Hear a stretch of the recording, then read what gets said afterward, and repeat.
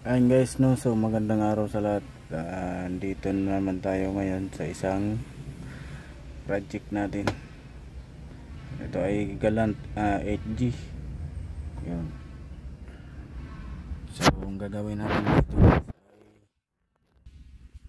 gagawin natin itong matic dahil pinili ito ng kliyente. So ayaw niya ng manual. Ito ay Galant na 8G na orig manual, pero gagawin natin itong automatic dahil yan ang gusto ni client. So, papalitan natin ito ng automatic guys. So papalitan ng shifter, brake pedal, kabaliktaran doon sa mga ginagawa nating manual.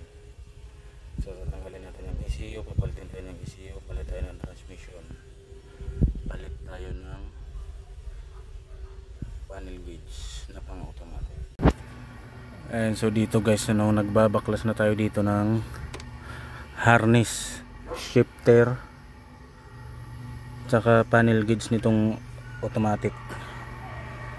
Yan, pati itong ECU, isang TCU, ECU, ililipat natin siya dun sa manual na gagawin nating matic. So yung transmission din ito yung ilalagay natin.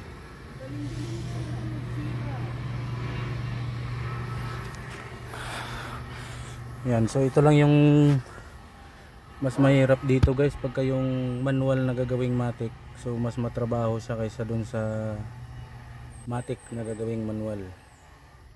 Kasi yung matic na gagawing manual, kahit hindi mo nabaklasan yung harness, kahit hindi ka na magbaklas ng harness, hindi mo napapalitan, walang problema. Yung papalitan mo lang is yung shifter tsaka panel gauge na pang manual din, para mawala lang yung yung indicator ng matic, yung park, reverse, neutral, drive. Pero pagka yung manual gagawing matic, yun guys matrabaho, kasi kailangan mo dong palitan ng buong engine harness, pati yung harness na nandito pakyat dito sa taas. Yan ang kailangan mong ikabit sa manual, kaya mas matrabaho siya. So ito guys, natanggal na natin yung dashboard ng matic. Ayan, so ito dahil mayroong yan dito na wiring guys, ito ang wala sa manual, tsaka sa bilang nito magkaiba rin, kaya ito yung ilalagay natin.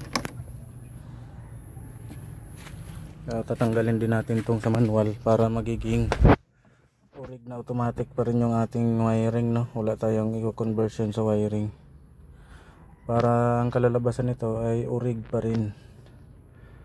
Ayan, so parehas Galant yung kinuha na natin. Ayan, so ito guys, nakabit na natin yung panel gauge, napalit na natin yung panel gauge saka yung mismong dashboard. So yung sunod naman natin na ikakabit ay yung dalawang ECU tsaka TCU, ilalagay natin dyan, tsaka yung shifter ng automatic, tsaka yung harness. Ayan, so ito na guys yung ilalagay nating transmission. Ito yung ilalagay natin dito, doon natin kinuha. Tayo lang mag-isa guys, medyo mahirapan tayo nito magsampa. So ito na guys, nakabit na natin yung transmission. So kukumpletuhin na natin guys para ma-road test natin mamaya. So ito po ay from manual to automatic transmission. So lahat po yan guys ay pinakabit natin ay puro original din na Galant. Sinaswap lang natin para wala tayong masyadong babaguhin. Tira, start. Yan, testing na namin tong ginagawa namin conversion, manual automatic.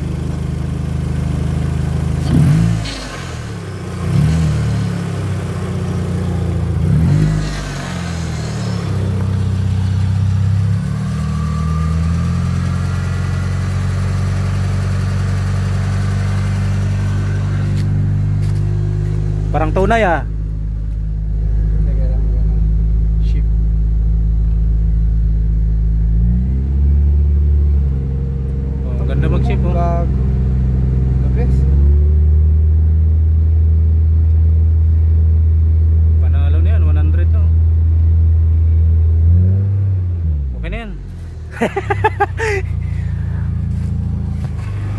pala. Ang lupit. Manual to automatic. Yung. Nable. Kaya dyan sa ating konti.